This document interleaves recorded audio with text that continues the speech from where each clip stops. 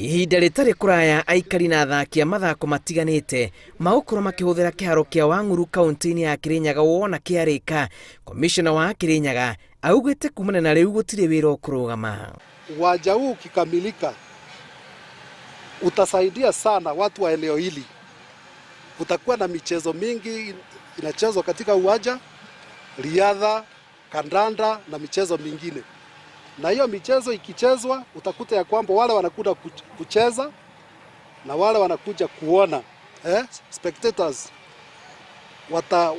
watafanya economy ama uchumi wa area hii uende juu sana.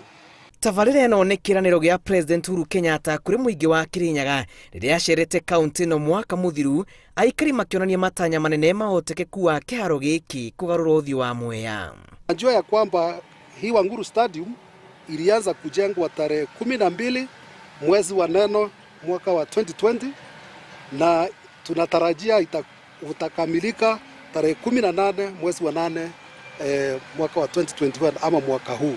Waaki ũyũ rĩu ũrĩ gĩcunjĩ kĩa 36 harĩ igana. Ũtongoria wa matũũra ũkĩheana mwĩhoko wa kwinĩkĩrĩra na ihenya gwa tabarĩra ingĩ iria cianjĩrĩirie mwena ũyũ ta waki wa demu ya Thiba ĩrĩa rĩu ĩrĩ gĩcunjĩ kĩa 56 harĩ igana. Kama mnavyojua ya kwamba His Excellency the President, Rais alitembelea hapa tarehe 2 mwezi wa pili mwaka wa 2020 na akaamurisha ya kwamba uwanja ujengwe. Siku ya leo tuko na furaha kwa sababu umejengwa. Demu ya Thiba nawe kũhũra njeki ũrĩmi matũũra-inĩ marĩa mamĩrigicĩirie. After completion, 10,000 acres, additional acres of rice will be added. And number 2, as you are aware, the scheme, the Mwea irrigation scheme has only one season, one planting season.